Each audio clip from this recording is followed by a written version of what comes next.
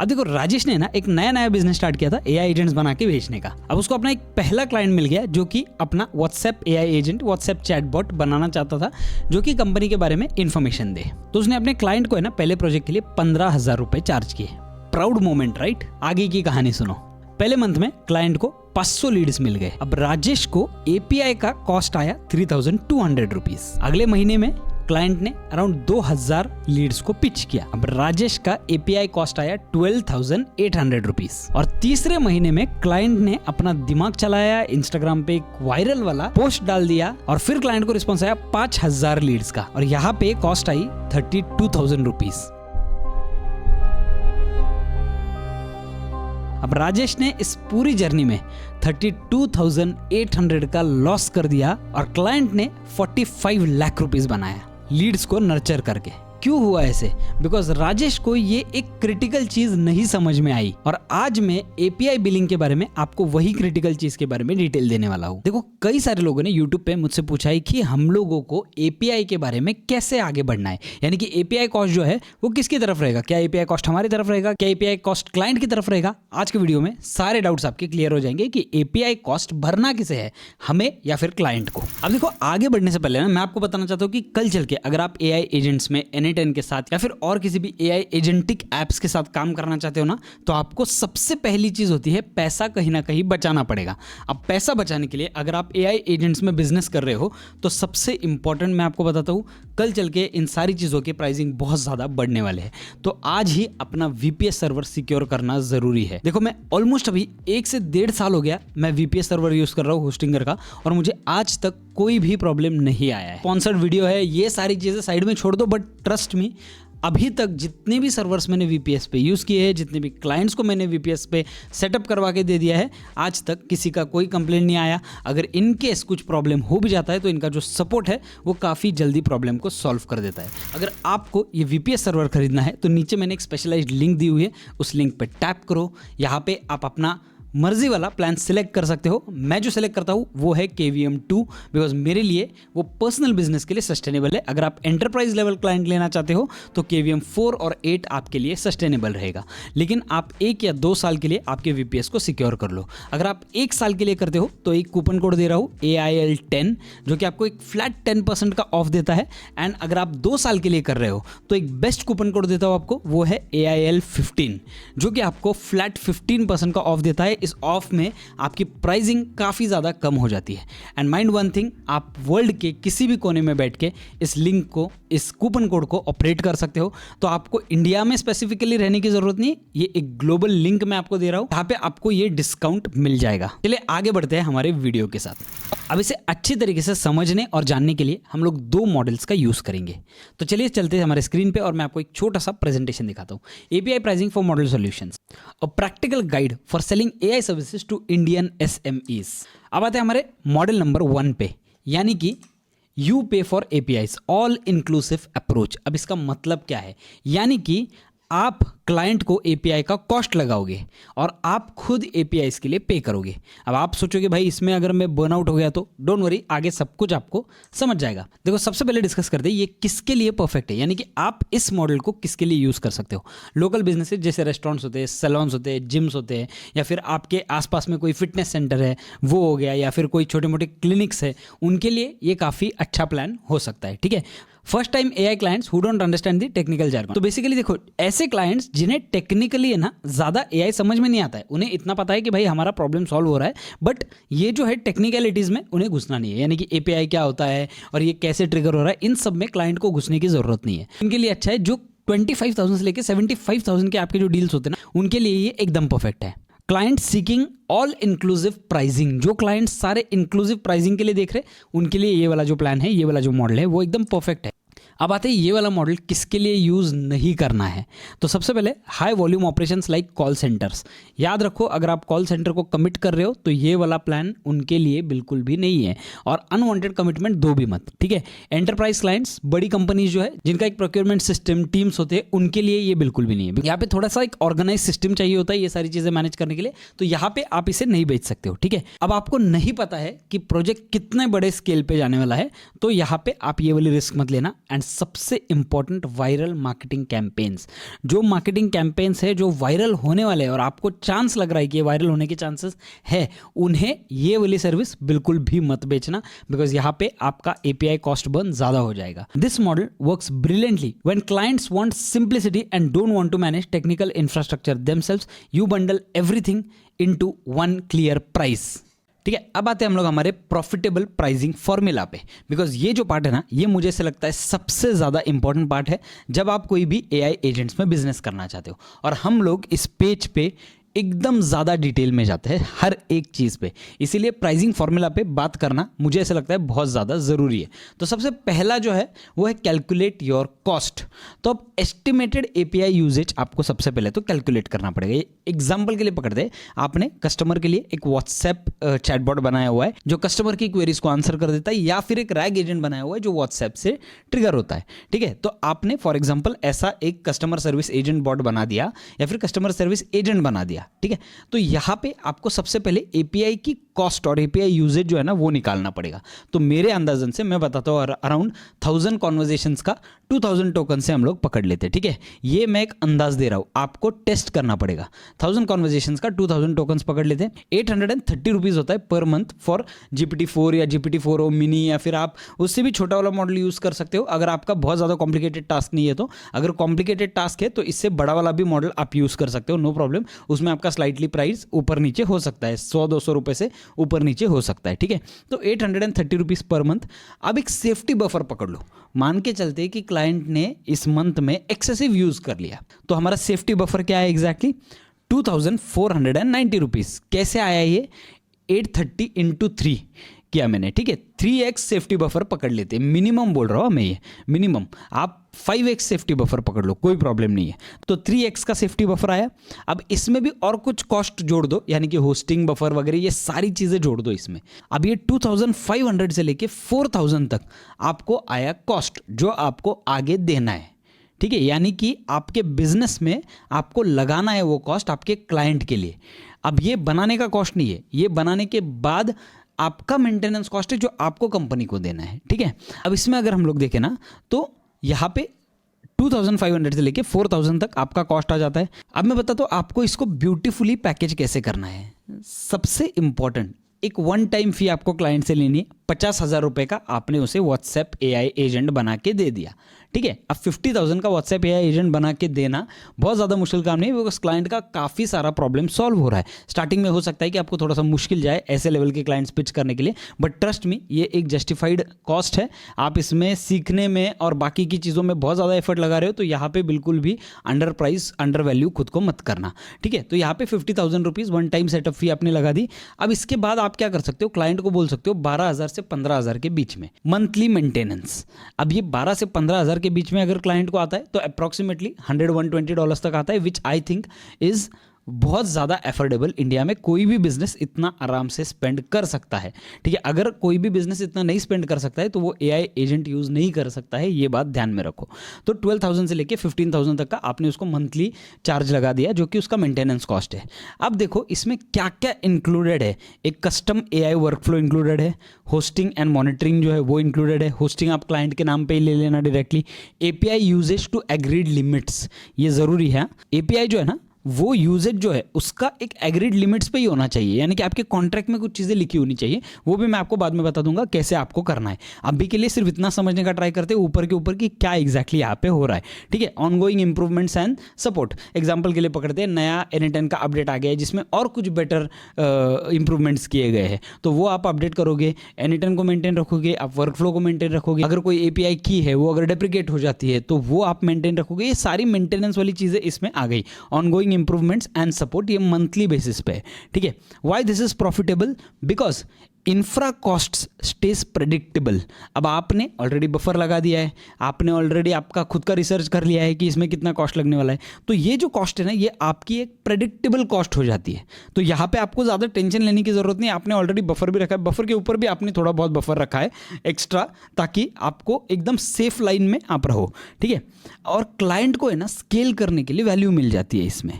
और ये जो है ये पूरा बिजनेस इंपैक्ट पे आता है रादर देन टोकन्स। आप क्लाइंट को ये नहीं बोल रहे भाई इतने टोकन का तुझे इतना पैसा लगेगा, आप क्लाइंट को ये बोल रहे हो कि आप इतना स्केल कर सकते हो आपके बिजनेस को। ये टोकन्स वगैरह ना पूरी तरीके से छोड़ दो, बिकॉज फ्रैंकली स्पीकिंग क्लाइंट को उससे लेना देना नहीं है आप कितने टोकन यूज कर रहे हो, क्या कर रहे हो। इनफैक्ट हो सकता है कि क्लाइंट को टोकन भी ना पता हो। और मैंने ऑलरेडी आपको बता दिया कि ये जो क्लाइंट्स है जिन्हें हम लोग ये बेचना चाहते हैं, ये थोड़े से टेक्निकली जो है वो उतने साउंड नहीं है जितने हम लोग हैं।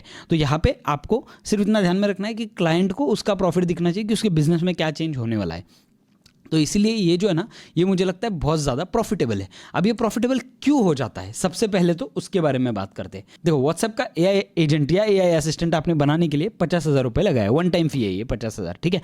50,000 रुपीज़ आपने लगाया वन टाइम फी, प्लस आपने 12,000 से लेकर 15,000 तक का पर मंथ का रिटेनर उठाया। अब ये पर मंथ क्यों हो देगा, मेंटेनेंस के लिए, इंप्रूवमेंट्स के लिए, अपडेट्स के लिए, सारी चीज़ों के लिए।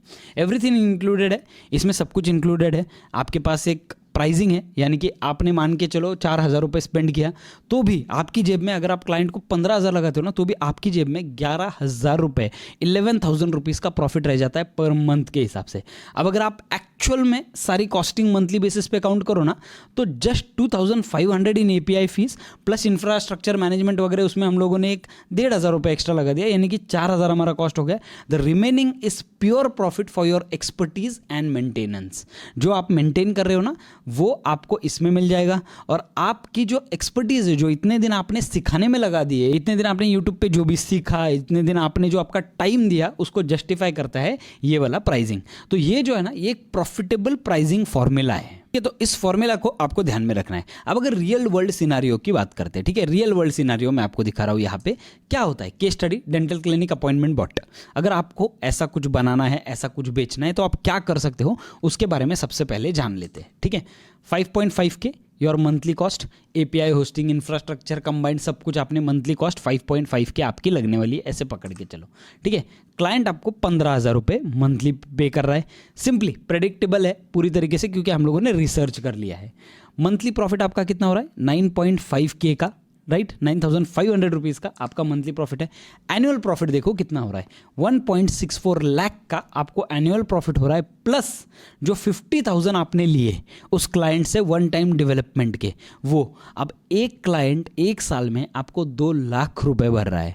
अब मैं आपको बताता हूँ, ये अमाउंट 2 लाख रुपए इंडिया में एक बहुत हाई लेवल प्रॉफिटेबल वैल्यू है, ठीक है। तो मुझे ऐसे लगता है कि एक क्लाइंट का अगर आप इतना पैसा निकाल पाए, और वो भी मैंने आपको सिंपलेस्ट पॉसिबल कैलकुलेशंस दिए, मैंने आपको कोई एक्सट्रीम लेवल कैलकुलेशंस नहीं दिए इसमें मैंने आपको कोई एक्स्ट्रा बहुत ज़्यादा फीस वगैरह कुछ नहीं लगाया है, ठीक है। क्लाइंट का जो होस्टिंग है वो आप डायरेक्टली क्लाइंट को बोल सकते हो कि सर ये आपके ही अकाउंट से कर दो, ताकि क्लाइंट का पूरा होस्टिंग जो है वो उसके पास रहे, ताकि आप NA10 के पॉलिसी से पूरी तरीके से सेफ रहो। तो NA10 की पॉलिसी भी नहीं तोड़नी है कि अपने अकाउंट पे सब कुछ होस्ट कर लिया, वो करना ही नहीं है, ठीक है। सेपरेट क्लाइंट का होस्टिंग वाला अकाउंट ले लो, उसके ऊपर ये पूरे बॉर्ड्स बना दो। अब मैंने आपको यहाँ पे कैलकुलेशन समझा दिया, ये कैलकुलेशन सिंपलेस्ट पॉसिबल है। हो सकता है कि इसमें कुछ लोग इससे एग्री करें, कुछ लोग ना करें, और जो लोग नहीं भी एग्री करें ना, नो प्रॉब्लम, आप नीचे कमेंट कर दो, उसके ऊपर थोड़ा सा हम लोग डिस्कशन करते हैं। बिकॉज ये कैसा है, मैं आपको ऊपर के ऊपर एक पूरा नॉलेज दे रहा हूँ कि क्या एक्जैक्टली मार्केट और किस तरीके से चल रहा है। अब कॉस्ट ब्रेकडाउन जैसे मैंने आपको बताया, Twilio, WhatsApp 2,800, NA10 cloud hosting मैंने 1,500 रुपये पकड़ा, ठीक है। NA10 का क्लाउड होस्टिंग मैंने 1,500 रुपये पकड़ा, डेवलपमेंट कॉस्ट मैंने पकड़ा 50,000 रुपये, GPT-4 API पर मंथ के बेसिस पे 1,200 पकड़ लिया। आपका विनिंग पिच क्या होना चाहिए, 50,000 to build plus 15,000 per month. Your bot या फिर your agent handles 500 plus appointments automatically with unlimited conversations. You will save 25,000 monthly on receptionist cost, ठीक है। अनलिमिटेड आपने क्यों बोला, क्योंकि आपने 3x बफर दिया हुआ है। ट्रस्ट में ये जिम की मेंबरशिप की तरह होता है, ठीक है। कुछ जगहों पे आप लॉस खाओगे, कुछ जगहों पे आपको प्रॉफिट होगा, और फिर भी अगर आपको सेफ रहना है तो आप क्लाइंट को एक कैप लगा सकते हो मंथली बेसिस पे। बट अगर कैप लगाओगे ना, तो क्लाइंट उस कैप के बारे में सोचेगा। क्लाइंट ये नहीं सोचेगा कि भाई मैं इसे यूज़ करने वाला हूँ या नहीं यूज़ करने वाला हूँ, क्लाइंट उस कैप के बारे में सोचेगा। तो हमें वो करना ही नहीं है अभी के लिए, ठीक है। तो यहाँ पे आपने ये सारी चीज़ें क्लाइंट को बोल दी। You will save 25,000 rupees monthly on receptionist cost. थोड़ा सा हार्ड हिटिंग सेंटेंस है, बट ये ट्रू है, ठीक है। यही सेंटेंसेस से आपका धंधा चलने वाला है, यही सेंटेंसेस से आपका बिजनेस चलने वाला है, यही सेंटेंसेस से आप इसे बेच पाओगे। तो थोड़ा सा आपको विलेन यहाँ पे बनना पड़ेगा, बट ट्रस्ट में यही सेंटेंसेस लगेंगे आपको, ठीक है। द अनलिमिटेड स्ट्रैटेजी जो मैंने आपको बताया, अनलिमिटेड स्ट्रैटेजी क्या है, don't say 15,000 per month for up to 1000 messages. अगर आप, मैंने जैसे आपको बोला कि अप टू 1000 मैसेजेस बोलोगे ना, तो क्लाइंट को वो डर रहेगा हमेशा कि यार 1000 मैसेजेस खत्म हो गया तो ठीक है, मैं अपग्रेड करवा सकता हूँ क्या नहीं, और ये सारी चीज़ों का डर इंडिया में बहुत डेंजरस होता है। तो इसीलिए rather don't say that, instead आप क्या बोल सकते हो, 15,000 रुपये पर month for AI appointment assistant with fair use policy in contract. Fair use policy, ये चीज़ बिल्कुल भी मत भूलना। इसके ऊपर मैं एक ना डेडिकेटेड वीडियो बनाने वाला हूँ, बट अभी के लिए आप दिमाग में पकड़ के चलो, with fair use policy in contract, ठीक है। Include fair use clause covering reasonable business usages up to 1500 conversations per month. This protects you while making clients feel they are getting exceptional value, ठीक है। ये चीज़ 100% ध्यान में रखना ज़रूरी है। इसे अगर आप भूलोगे तो हो सकता है कि थोड़ा बहुत लॉस आप इसमें खा सकते हो। तो ये जो है, ये एक रियल वर्ल्ड सिनारियो मैंने आपको दिया कि क्या चीज़ें हैं, क्या चीज़ें नहीं है। अब आते हैं हमारे मॉडल नंबर 2 पे, यानी कि क्लाइंट के अकाउंट पे API कैसे बनाना है, क्या करना है क्लाइंट के अकाउंट पे, ठीक है। मॉडल 1 में हम लोगों ने ये देखा कि हम लोग API होस्ट करेंगे अपने क्लाइंट के लिए, और मॉडल नंबर 2 जो है वो एक एंटरप्राइज बड़े बिजनेस के लिए है। फ्रैंकली स्पीकिंग, मैंने अभी तक इसमें बहुत ज़्यादा बिजनेस नहीं किया हुआ है, ठीक है। छोटे मोटे क्लाइंट्स मेरे हैं जो खुद के APIs को हैंडल करते हैं, बट यहाँ पे मैं अभी जो सोच रहा हूँ इस साल में करने का, उसमें ये सारे प्लान्स आते, इसीलिए मैं खुद के साथ भी ये प्लान्स डिस्कस करना चाहता था, सोचा आपके साथ भी डिस्कस कर लो, ठीक है। तो मॉडल नंबर 2 में client page the APIs directly, the enterprise model, ठीक है। ये बड़े क्लाइंट्स के लिए है, सबसे पहले वो चीज़ ध्यान में रखो। When this model shines, enterprise clients with 2 lakh plus budgets, high volume operations, जिसमें आपको ह्यूज लेवल ऑफ ऑपरेशंस लगने वाले हैं, वो वाले बिजनेसेस जैसे ई-कॉमर्स या फिर SaaS ऐप है किसी का, या किसी ने अभी सोचा है कि चलो मैं खुद का एक SaaS ऐप बनाना चाहता हूँ, बना के बेचना चाहता हूँ, तो वहाँ पे आप उसको एजेंटिक वर्क फ्रेम जो है वो दे सकते हो एंटरप्राइज लाइसेंस के साथ। पॉलिसी भूलना मत, पॉलिसी वाला वीडियो अगर आपने देखा नहीं है तो मैं ऊपर आई बटन पे पॉलिसी वाला वीडियो दे रहा हूँ, उसे पहले देख लो। N10 की क्या पॉलिसीज होती है वो ज़रूरी है आपको जानना। डेटा सेंसिटिव इंडस्ट्रीज जैसे हेल्थ केयर, लीगल, फाइनेंस, यहाँ पे आपको इन चीज़ों की ज़रूरत पड़ेगी।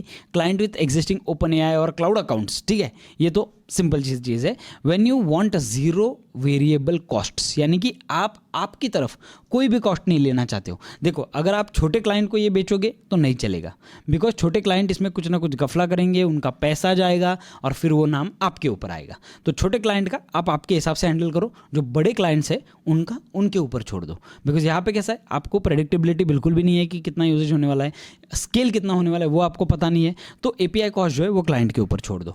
अब ये कहाँ पे अवॉइड करना है? Non technical clients who will get confuse, जैसे मैंने आपको बताया, क्लाइंट सीकिंग सिंपल सॉल्यूशंस के लिए ये मत दो। अगर क्लाइंट को वो कॉम्प्लिकेटेड लगा ना तो क्लाइंट आपकी सर्विस कभी नहीं यूज़ करेगा। हमें उन लोगों को बेचना ही नहीं है जिन लोगों को ये बहुत ज़्यादा कॉम्प्लिकेटेड लगता है, ठीक है। Small budget projects, under 1 lakh के जो भी प्रोजेक्ट्स है उसके लिए ये बिल्कुल भी मत देना, ठीक है। Teams without technical resources, again as I said technicality is very important over here. जिन लोगों के पास अपनी टीम्स नहीं है जो टेक्निकली ये सब चीज़ें जानती है, उन्हें बेच के फ्रैंकली स्पीकिंग फ़ायदा ही नहीं है। की बेनिफिट्स क्या है? कंप्लीट कॉस्ट ट्रांसपेरेंसी रहता है, यानी कि इस वाले प्लान में है ना, इस वाले मॉडल में कंप्लीट कॉस्ट ट्रांसपेरेंसी रहता है। Clients is exactly what they are paying for the APIs।